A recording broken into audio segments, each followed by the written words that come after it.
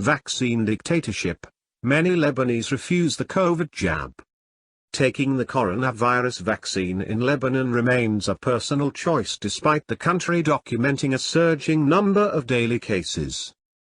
People can inject themselves with whatever chemicals they want until the end of time, but I don't want to, 35-year-old Eveline told Al Jazeera at recent anti-vaccine protest in downtown Beirut.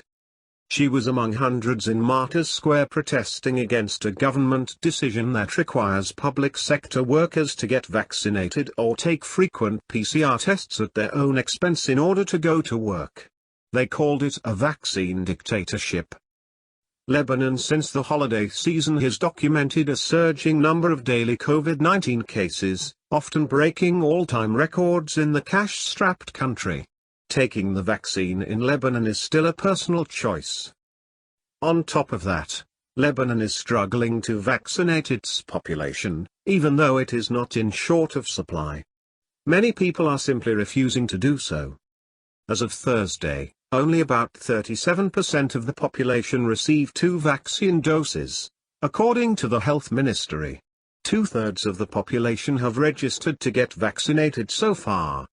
Roland Edwin, vice president of a syndicate of workers' unions that organized the protest, said the policy violates personal freedoms enshrined in the Lebanese constitution and international law. They want to force the vaccine, but which vaccine? There was a first dose, then second dose, now third dose, and what's next? A 5th dose? He said in a heated address. This is a lie to the world, and even Donald Trump, the president of the strongest country in the world, said the World Health Organization are liars. Edwin soon started coughing but assured the audience it was because he smoked 4 packs of cigarettes every day. Health Minister Firoz Abiad dismissed the recent protest as the health ministry held another vaccine marathon, where thousands of people across the country could get the jab without appointments. I think their protest numbers were low, and cannot be compared to the 30,000 who came to the vaccine centers during the same day, Abiad told Al Jazeera. Abiad said he believes some of the protesters were misinformed and some were disingenuous. Vaccine misinformation. One Lebanese group on social media called Conscious Warriors for Truth distributed flyers at the protest, claiming the virus cannot be transmitted through asymptomatic patients, COVID-19 statistics are exaggerated, and the vaccines are unsafe and ineffective. Meanwhile, on a WhatsApp group, a priest sent an audio recording calling on worshippers to attend the protest against the new vaccine regulation. If we don't take action, then our God will hold us to account, because we're not taking a stand with justice, he said. In words we pray, but in action we let the devil eat our children. Can you imagine now vaccinating little children at school? This is the real revolution that the Virgin Mary will spearhead. Anti-vaccine content is rampant across Lebanese social media channels from various positions.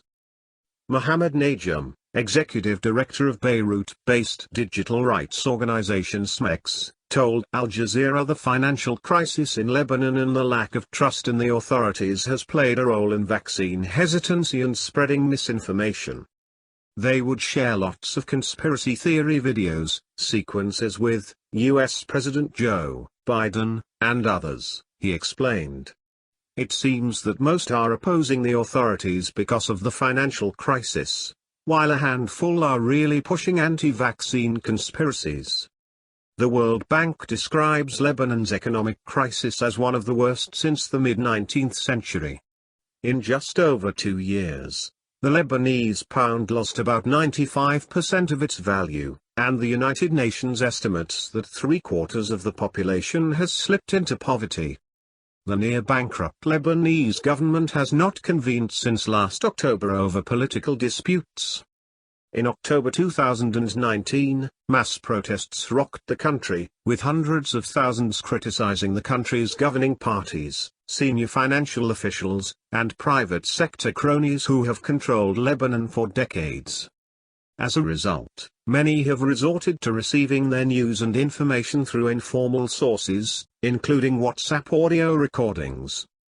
Moran Al-Khwali, head of the union alongside Adwan, said Lebanese officials are not aware of the extent of vaccine hesitancy.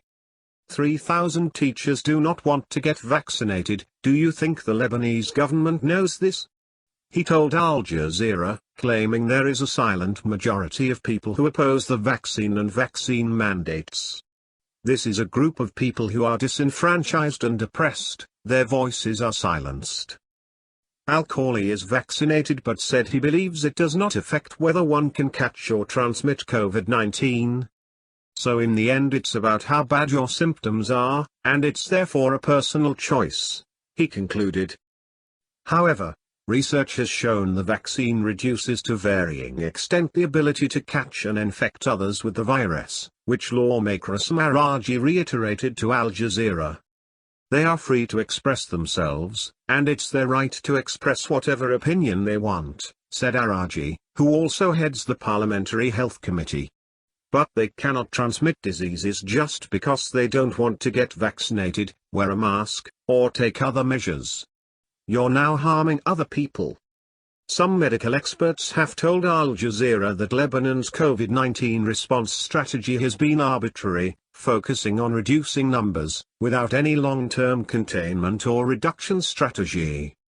However, Araji, Health Minister Abiad, and other health officials in Lebanon have said increasing vaccination is key to reducing the spread as much as possible.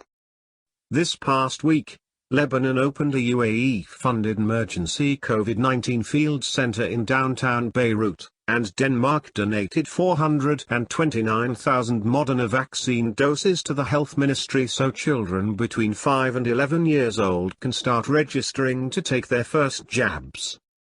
However, Khwali and others said they believe the Lebanese government cannot push and promote strict measures for the unvaccinated.